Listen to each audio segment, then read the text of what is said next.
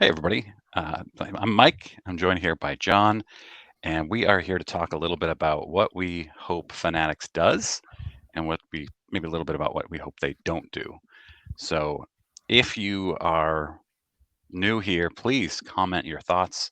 We'd love to hear what you think about Fanatics, and if you have any thoughts about what they should or shouldn't do, that would be great. John, happy Sunday morning, posted 4 days later, as always. Thanks for joining me. I am very sore from snow blowing last night, 18 inches of snow here in Maine. How are you? Good. You got to get yourself some kids, man. Some My son is 18 and he's home and he just laid on the couch while I snow blowed, but perfect. he's, What if you had piled up a bunch of snow between the couch and the refrigerator? Do you think that his attitude would have been a little bit different? Put that couch outside, man. Come on. yeah, yeah. It's his first day home from vacation. I let him rest. I told him, you'll be doing a lot of this if it snows again, but with my luck, it won't snow again. Yeah. So, so let's talk Fanatics. First of all, the big thing that everybody talks about right now is will Fanatics buy Panini or Upper Deck? I would love to see them buy Upper Deck personally, because Upper Deck they innovate, and that's something that I think is really missing in the industry right now. What do you think about Upper Deck? That was when all this stuff went down before the Tops announcement. That was what I figured would be the best play. And even after the Tops announcement, I figured that would be the best play. They do innovate. I'm not a hockey fan at all. Me I neither. do I do collect older hockey cards just because I like the beauty of them. Best set of the '70s was a hockey set, by the way, best looking set. So, but I do, their innovation, I guess, their creativity is unparalleled and has been for a very long time. I have a lot of cards, and pretty much from all eras. Well, although in my mind, Upper Deck was only part of one era, and that's the modern era. But even looking at those years, late '90s, early 2000s, there was some really great stuff there from Upper Deck. With that said, I doubt it'll happen. Upper Deck, apparently, if you can survive this long with just hockey and whatever else they're doing, why would you need to sell to Fanatics? Yeah, I guess selfishly, I would love to see certain guys who have as an autograph collector, they have certain guys who have exclusive autograph agreements like Tiger Woods and Michael Jordan. I would love to see those become a little bit more mainstream and licensed. You forgot about the most popular athlete in the world right now, Lionel Messi. But whatever, man. Here, I thought you were going to say I, LeBron I James, know. and I was going to jump through No. the computer. Oh man, that's probably the first of many, many controversial things we'll say, and everybody will get their underwear in a bunch Yeah, listening to this show, I'm sure. But again, why would they? Yeah, they're doing all right with those. I guess Brady's the other one, right? Did you mention Brady? I Brady's an didn't. upper deck guy too, right? But Uh, like yeah, the hobby's swimming along just fine without any kind of uh, seismic happenings from those particular players, right? Like yeah, we don't wait for the next batch of Tiger Woods stuff with bated breath and we have to have it, we have to have it. And, stuff sneaks out, it sneaks out. So I don't know if that moves the needle as much for me. Well, I know it doesn't move the needle as much for me as it does for you, but you know, one of the things that we talk about is customer service, and I think Upper yeah, Deck's customer service is great, but does that scale up? Culture. I fly a lot of airplanes, and there's through mergers, some of the culture disappears with some of these airlines yeah, eventually, and I would think that there would be a great chance of that happening. Um, should Upper Deck get folded into, unless Upper Deck's management was chosen to head a combined operation. yeah. So let's talk about that era, the upper deck era, then, because I think a big thing that us older guys dislike about the ultra modern era is all the parallels. It's the same card with different colors, right? But in the 1990s and the early 2000s, you had chase cards. And I would love it if Fanatics would bring back chase cards, inserts that have uh, their own uniqueness and their own rarity. So you could say this specific chase card is numbered to 10, this specific chase card is numbered to 50. You see that a little bit now, but for the most part, like I got a case hit out of a Topps Stadium Club, I think, and it was just a regular insert that had red lettering. Yep. And I didn't even realize it. Somebody commented, "Hey, well, hey, that Mookie Betts is numbered to 20 or whatever." And I Yeah. looked at it and I Googled it. And I was like, it's worth 40 cents. But it was just because it had red lettering, which, Yeah. You know what it does? One thing is it creates paranoid collectors, right? Like this, I have to scrutinize this card and every card in that pack, or it's a four-figure card if I don't, or right, or treat everything like a four-figure card. I just sold a bunch of cards that I swear were made in a somebody's basement in the 50s. It was monster cards. I was selling them for $3.99 each. Not, I couldn't find them anywhere on Google. I did my homework, all that stuff. Sold a couple of them, and then all of a sudden, I woke up one morning. Somebody bought 30 of them. Bought me out of the entire stock, and here I am, paranoid, thinking, are these $1,000 cards right. that I didn't know about? And that's from 70 years ago. So it's the same concept. Like everybody, you have to you got to look for all the dots after the INC on the back of the cards and stuff like that. It's that creates paranoid collectors instead of and do paranoid people enjoy things? I don't think so. So it's like you're taking kind of the joy out of some of the joy out of your collecting if you're worried that you're missing something in that card. And to piggyback off of something you said uh, as part of this, there's no creativity in the parallels, right? I mean, Yeah, absolutely. like I could have I could have a beautiful Jeep, right? A very unique kind of looking vehicle, which I do, and doesn't matter what color it is, it's still that Jeep, right? Hmm. Just because somebody came up with a fancy color, and my Jeep is looks like the Grinch. It's called Gecko, and it's really obnoxious green, but it's just a Jeep. Yeah. It's no different than the other Jeeps. It's just a coat of paint, and that's what these parallels seem to be these days: is coats of paint. Throw a different number on there. And instead of blue being to 50, red is to 25. There's a lack of creativity there for sure. Yeah. Well, let's acknowledge one thing that has happened that's good in 2023 tops. And we can assign this credit to Fanatics if we want to, or to tops have been planning on doing it. I don't know. But it used to be that you had to really look closely at the code on the back bottom of tops. You get a magnifying glass. Is this a short print? Like you said, this is the paranoia. And now they've actually written out on the backs of cards SSP in big letters next to the number. So it's easier to tell on 2023 tops if you have a super short print or short print, I think. So that's one thing that's good. They've been doing that. Last year's Heritage obviously had the variation written next to the number, reverse Okay. image or whatever. So it's been, I think, finally it's something they had to listen to. They didn't come up with that on their own, obviously, but people like myself, and I'm going to include you as well, just due to the visual evidence you're presenting right now. It's harder to see the backs of cards, right? I mean, the numbers are difficult and stuff like that. And guess what? A lot of the collectors that have a lot of the money in this hobby are getting older and older and older. So, and I'm one of them. So, not that I have money, but I'm getting older, and it's harder to see that stuff on the back. So it makes sense. That has to be that was a no brainer. It just took them a long time to come up with that. I'd love to say that that's Fanatics influence, but who knows why Tops didn't do it sooner. Fleer, what I love about Fleer, there's a time about 20 years ago, between 15 and 20 years ago, where a lot of the sets look exactly the same with Tops, right? It was kind of difficult to differentiate. When I sort, I usually sort by the backs of cards because the backs are vastly different from years. So Yeah. stuff like your teams, your record breakers, all that nonsense. Sometimes it's hard to tell the front. Fleer would put on the back of their cards their Fleer logo in 2005. So when you saw that logo, there was a 2005 or a 2004 or 2003 in it. So you knew the year of the card as well. So everybody knows the 2023 cards or 2022 cards, but 10 years from now, 15 years from now, when they're buying tens of thousands of base singles. It'd be nice to have something like what Fleer did, 15, 20 years ago.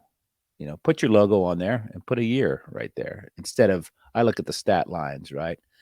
But it can be made easier. So don't pull a muscle patting them on the back yet, Mike. They got a ways to go.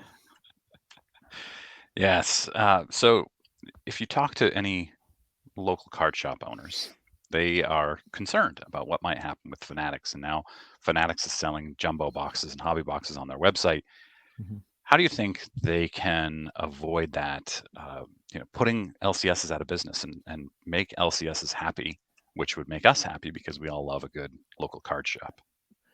Yeah, it's tricky, right? And I know you know this, but it's tricky because uh, there is eventually they're going to be at the crossroads as far as getting product out there quickly to existing distributors, getting product into the hands of breakers, or getting hands in the consumers. I don't think not the consumers directly. So all three of those are diametrically opposed to each other. I think. I it.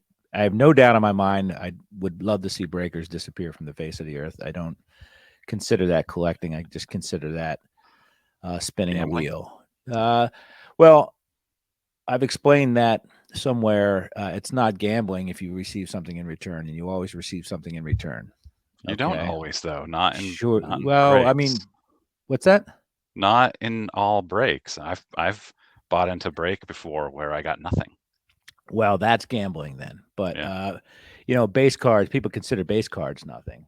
So it's still something. If you get it, if you're getting, if you're in a team break or this break or that break, either way, I consider that. I don't consider that gambling legally, but it truly is if you're looking for one or two particular cards. But I think breaking should be um, just shown the exit. I don't think it contributes to too many of the positives of the hobby. I mean, I understand. I've heard the arguments where it benefits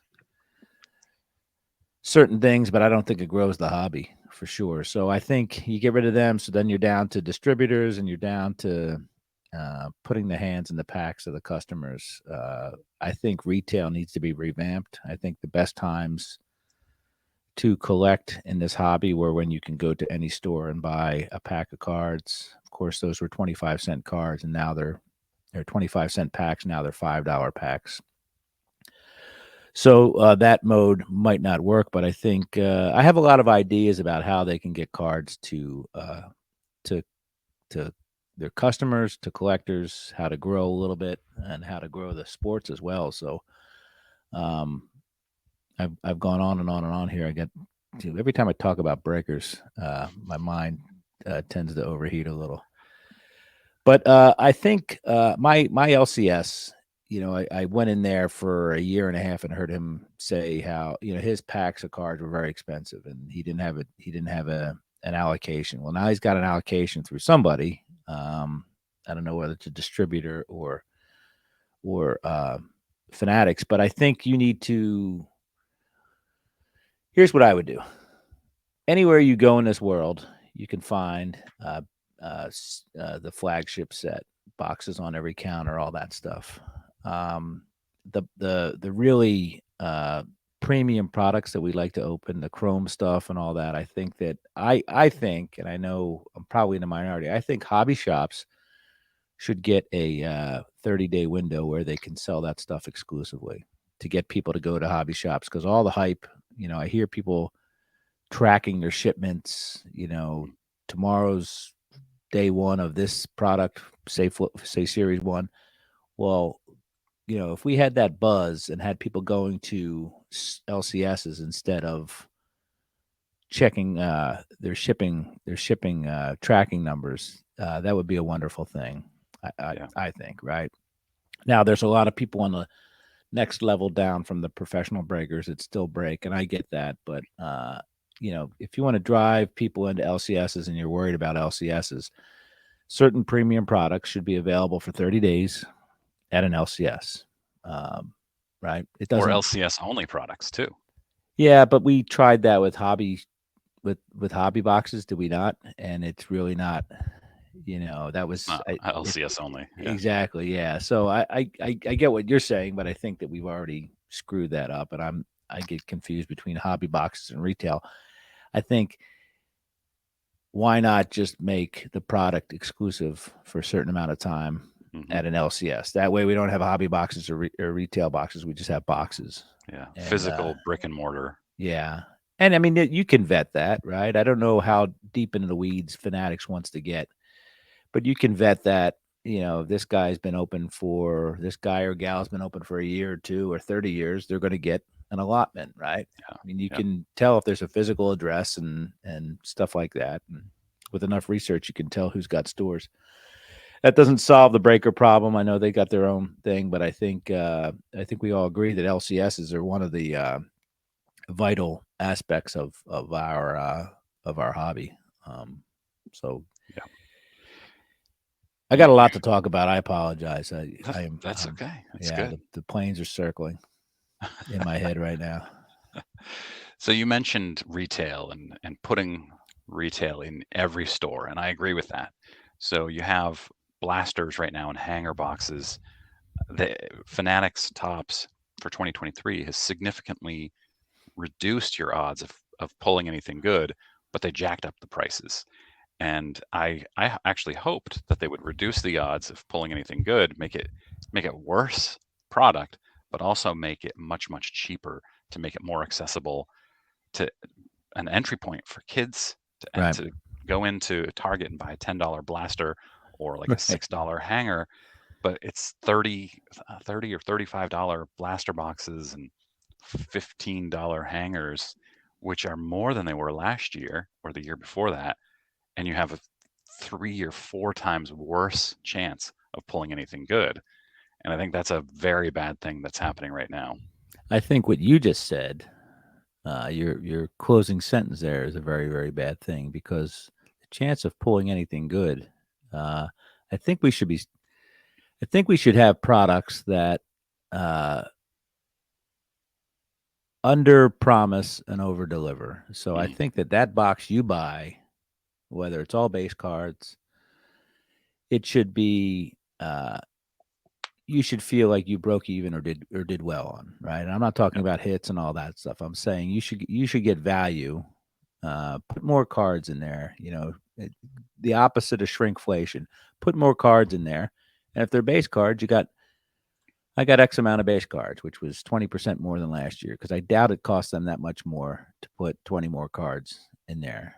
And if you get a hit, you get a hit. But obviously, we have the mentality where we have to get a hit, and that's one of the sticking points I have. Is I don't, you know, it doesn't matter if I get a hit or not. Am I satisfied with getting 50 cards for $3 or whatever, which is a pipe dream, I understand, but that there needs to be a recalibration of our expectations. We shouldn't expect to 2, 3, 4x every purchase we make yep, in this hobby, whether it's on the pack level, the hanger level, or the box level, case level, whatever. I think that's where we judge. That's where we judge our satisfaction, and it certainly isn't that way.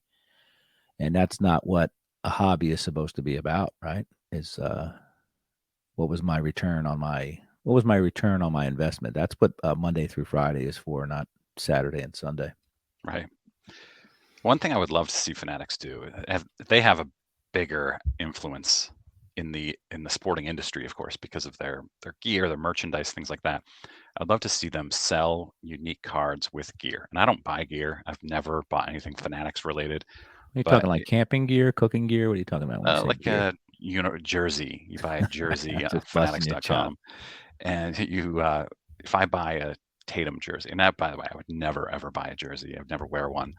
Uh, I'm not picking on the people who do, but I would love to, if I bought a Tatum shirt or jersey, get a Jason Tatum card, a unique card. It wouldn't be a one of one, of course, but it'd be only one you could get with merchandise.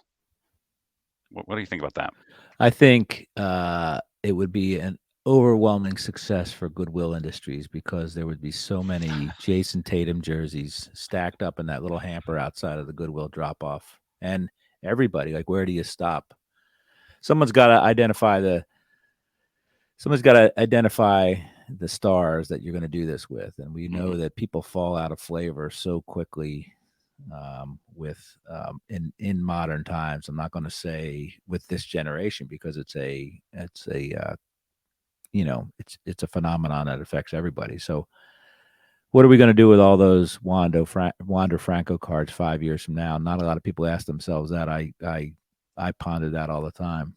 What are we going to do with all those Lou Bob cards? Same thing with you're going to spend $150 on a tank top, right? And then you Nobody wants to see me in a tank top. just for a card, just for a card. You ever wonder where all those Eagles Super Bowl 57 winner shirts are going to go to, right? Because they're all printed up, right? Yeah. Yeah. Okay, it's the same thing with all that. We're going to have people all over the world are going to be wearing Jason Tatum jerseys, and not for the reasons you think, just so you can get that one of one card. Why not just sell the one of one card? Well, no, that's what I'm saying is that it wouldn't be a one of one card. It would be Oh, a card that's unique just to jersey sales. So if you're buying one, you would also get the Tatum jersey card. Jason Tatum jerseys are the new base cards, is what you're telling me, and I I hate to sound like a yeah, but that's what it sounds like to me. Is the card. I think cards should stand on their own. I get what you're saying is an incentive to buy something, get something else, but I have a different take. Why not just sell cards? The ballpark series where you can only get at ballparks or arenas. All right. Right. So, That was my next point. I know Boston has a card shop within the perimeter of the game day stadium operations. It's across the street, but it's blocked off so that if you're attending the game, you can go in and out freely during the game.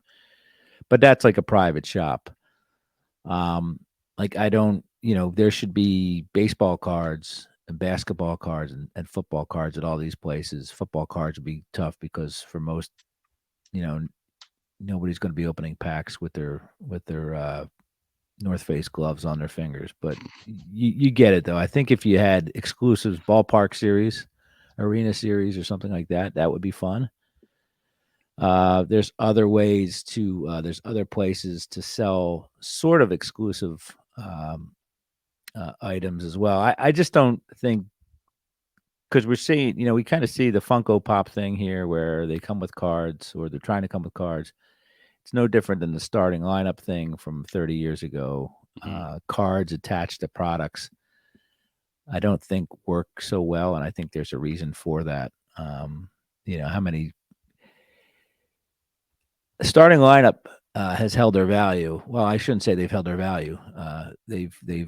They're not worth what you paid for them back then. So I was going to make a joke about if a starting lineup was $3.99, it's still worth $3.99 now and held their value, which doesn't mean anything. But they were probably $8.99 and probably worth $3.99 now if you go to an antique store or whatever. But I don't think a secondary product or attaching to a product helps either jersey sales or card sales. I don't think it's going to drive anybody to buying a jersey.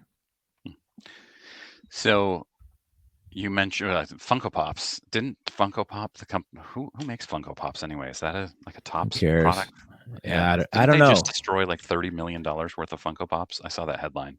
I saw the headline, but I refused to ever have my computer searched by the FBI and see that I was searching for that I was on a Funko related website. But I saw the headline and I couldn't quite understand why you would have to destroy inventory, right?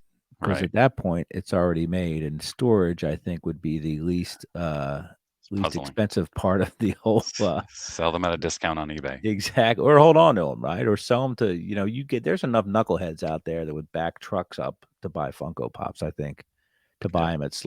buy them at wholesale price, what you Yeah. sell to distributors or retailers. So yeah, I didn't understand. You read the article? I didn't read the article, I but didn't read the article. oh, I'm not okay, good. interested. So I was neither just one of us. interested. Yeah, I Yeah. saw the same headline then. I was like, that doesn't make any sense, right? It's not like it's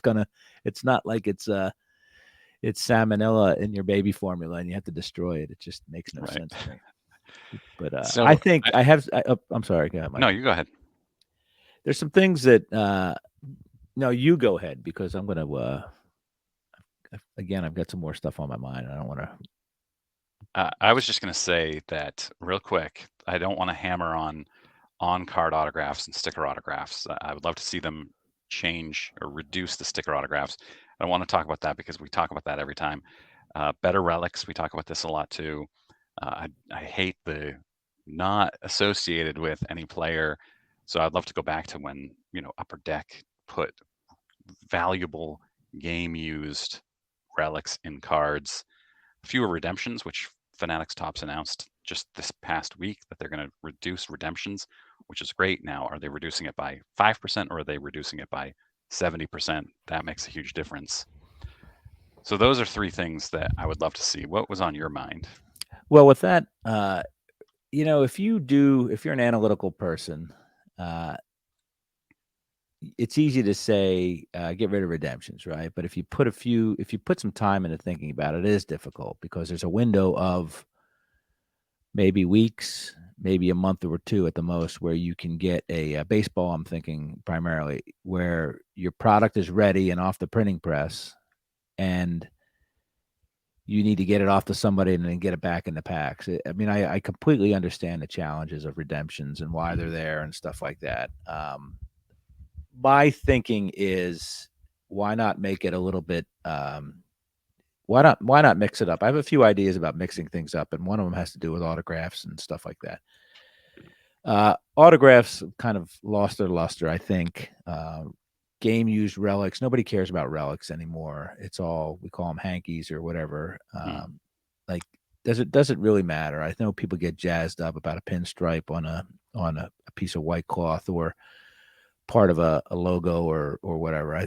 I see that. That's awesome. But when these guys are wearing 100 or 81 uniforms, 81 home uniforms a year, then what's the big deal? I think that Fanatics would be wise to open up the sweepstakes part of this, and the redemption means two tickets to a ballpark, and you go get an autograph signed by whomever, not anybody you won, but like a sweepstakes element there, right? That's There's fun. there used to be things like that back in the day: two tickets to the All-Star game, two tickets to the World Series, whatever. But there's no reason why, since everybody's a partner now, that they can't do that. So um, that's how you get the players more involved again. And it doesn't need to be the best players, but the players sign every day. Okay, that's the way it should be. The players sign every day, like it used to be, and part of that is the day you happen to win your tickets and go to the game and go down to the field level to get signed. It's either the backup catcher or it's the all-star first baseman, whoever happens to be there that day. So there's no reason that can't happen. All that requires is time and effort, which a lot of baseball players or professional athletes don't necessarily want to provide their fans with. So if they truly are partners, they could make that happen, and that could happen in any sport. I think, you know, if players could do it 50, 60 years ago, players can do it now. The game hasn't changed that much where it's not like they're airline pilots and they need to be checking the weather conditions and all that fun stuff, and they need to be focused 45 minutes before takeoff, calculating their loads. It's not like that at all. It's still baseball. So I think that would be a wonderful thing if people are that gung ho on signatures, because to me, autographs always mean or should be attached to memories. I don't have a lot of autographs, but I have one from Richie Ashburn that I remember getting when I was 14 years old, and it's a memory. And Yeah. that's what autographs should be attached to, not monetary value or what's this worth. But you're right there. If you have a redemption where you and your mom, your dad, your sister, your brother go to a ballpark and can get something signed by a player, then that's a pretty big. I think that's a pretty big step forward. That should be the Yeah. redemption, in-person redemption. Yeah. I like that. You mentioned understanding why they do redemptions. I totally understand why they do it, but we can also acknowledge that mostly Panini. So should Fanatics buy Panini? We can talk about that if we have time. But I think that they've also gotten lazy with redemptions, where and also sticker autographs, where you've got a one of one card with a sticker autograph. How could you not get that guy to sign one autograph on card? Right. Everything gets outsourced now, right? Like Yeah, we hear stories of, our representative was witnessed it being signed, and I don't hear that much anymore. Oh well, right. we have to trust that they signed them or that they were signed by the person, and like it's a lot of trust that goes on out there between a big time card company and a big time athlete, and their big time selling point to buying their product is on genuine autographs. So sounds like they're all very trustful of each other, but who gets screwed, and that's the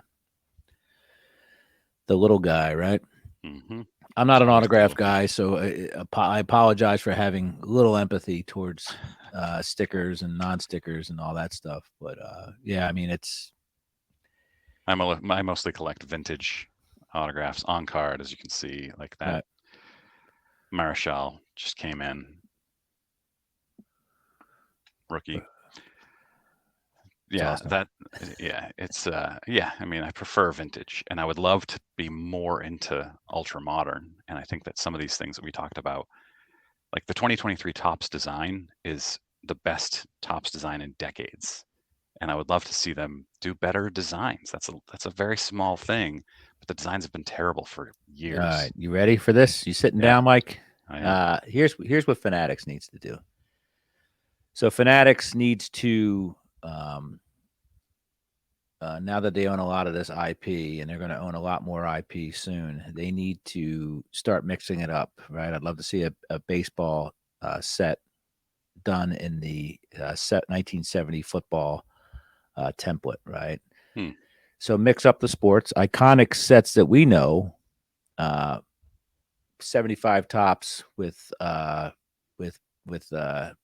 NBA players in it, right? Stuff like that. So you can That'd be mix fun. that up. I don't understand why it's not done more. I know there was some times when it did happen, but it'd Yeah, be wonderful to see different sports being represented in different set designs from over the years, from throughout the years. I think that it's a wonderful thing. I'm a fan of the older football stuff, 50s and 60s. It blew away the baseball stuff, and like I said, 70, 71 hockey was probably the most beautiful set in the 70s. Here's another one. Let's do a an autumn series or something like that where you have a set of cards, and this will happen real soon, right? In the next couple of years, you should probably start designing it now. A set of cards with 50 baseball players, 50 football players, and 50 basketball players. Okay, yeah. Kind of right? like Brooke Ross. Yeah, but I mean, there's no reason why they can't do that every year. They can do something like that. I think that would be great too. I mean, they would all share the same design, whatever you want to design it. But I think it'd be pretty cool to see that. And Yeah, then you can cross over and have athletes from different sports on the same card. So and so at a basketball game. Brock Purdy, if that's your thing, and whoever the greatest baseball player that ever lived that's playing right now. Uh, I love at those ideas. stuff like that. I think that heritage should be delivered in true wax packs, and I've gotten shot down on that before by people smarter than I. But if Don Ross in 1990 and 91 can do factory sets where they cellophane uh, groups of cards together, you can cellophane 30 cards together and wrap it in a wax pack, and let people actually open wax packs, not mylar packs, right now. So And put gum in them. and put gum in them as well. You can slap gum between the cellophane and the wax pack for sure. I don't know what that'll do, but I think that would be wonderful. You'd probably get a lot of more of the male pattern baldness crowd if you did that. I think. I I think. resemble that remark. Yeah, I think I've mentioned before, very recently, that Fanatics, I think, would be wise to grow their. Well, first of all, back that up. Fanatics needs to copy kind of what Topps did back in the day and print their own stuff. Okay, there's no reason why they can't buy a printing or manufacturing place, whether it's in Mexico or Idaho or wherever. Make your own cards, okay, and that allows you to expand your horizons as far as how you deliver cards. Okay, I've said recently that Girl Scout cookies should have um, women's soccer cards, women's basketball cards, something like that in there, right? Something that's thematic to them. Love that idea. I'm a big. There's no secret that I'm a big food issue guy, but Topps made a lot of different products for a lot of different regional companies and stuff like that. How much of a buzz would you get if you had super regional stores like whatever the supermarkets are, and each big supermarket gang had their own set of cards, right? That would create a lot of buzz, and especially since it was regional, it would create a lot of buzz. And this isn't all money making. It's not all a money making scheme. It's a growing the hobby and growing the sport. I think baseball needs the sport to be grown. Double digit attendance losses over the last 10 years. They've got some work they need to do. So the more cards, the more different kind of cards you get out there, I think would be a wonderful thing. That doesn't mean we need to chromify everything or make a red parallel, a blue parallel, a green parallel. Just be creative, as you said in the very beginning. Stop just recoloring the same cards.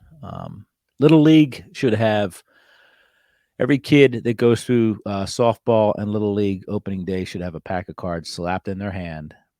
Little League should have their snack bar should have wax boxes to sell to by the pack to the kids. Because that's you asked me growing up, the thing I remember the most would be buying my cards at the snack bar at Little League. Every game I'd come home with cards and gum. So. We didn't have that. Well, I don't know what you went to dance class, I guess, but there's things there that we can take from the past. I'm not saying the past is bulletproof, but there are things we can take from the past that might kind of give a little shot into the arm of both the hobby and the sport. Because Fanatics, this show is not about 10xing, but it's about what Fanatics can do better. I think if Fanatics owned their own plant, it would give them the freedom to print, experiment more. Right? It's not you're not on the theoretical clock of somebody else's. If you can kind of run off a couple thousand sets of something that are exclusive to Revco or whatever. We're fascinated with. Still to this day, we're fascinated with the KB Toy stuff or the Kmart stuff or Rite Aid or Sunoco, stuff like that. So. I think we could do more of that instead of making everything so homogenous. We need to spread out a little bit, I think. Yeah, these are great, John. What else you got? I got my dog right here. That's about it. I mean, that's a big thing to me. Design. I know you touched on it, but like, there's so many places you can go with design, and we look at heritage and archives all the time, and I'm a fan of heritage and archives. I prefer that over the other things, but I think we need to stop making Allen Ginter every year. We need to stop making Gypsy Queen. Yes, they have their adherents, but if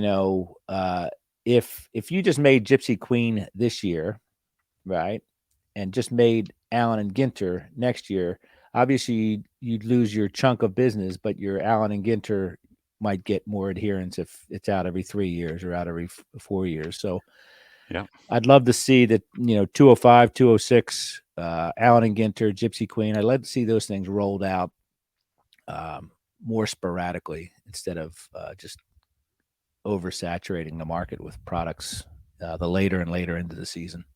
Yeah. We just hit 40 minutes. Oh, that's a short one for me, so I apologize. No, we're good. This was, I think this was really good. Do you have any final thoughts before we wrap this up?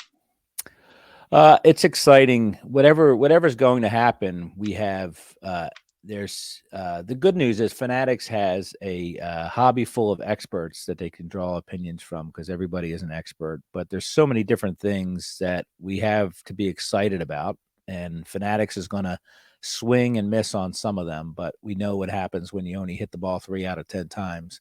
You end up in the Hall of Fame. So hopefully Fanatics can do that. Uh, yeah, there's so many different levels, right? There's the distribution that we talked about. There's the design. There's the the hits and the product and all that stuff. So hopefully they do all right. And don't be afraid to bunt every now and then too, Fanatics. Not everything has to be, don't worry about your launch angle. Just make contact. Is what I have Choke to up a say. little bit. Choke up, man. Yeah. Choke up. I love that. Oh, that's it, man. Mike's got to take his meds. All right, everybody, thanks for watching. Throw some comments in. Let us know how big of an idiot I am. We know John isn't, but yeah, I would love to hear your thoughts on this. I'm the guy who said change the format. Yeah. And get rid of breakers, which I think most of our viewers Yeah, would this agree is with. going to be the comments ought to be awesome. The breakers are going to the breaker army's coming out. So All right, John, thanks a lot, and thanks to everybody for watching. Appreciate it.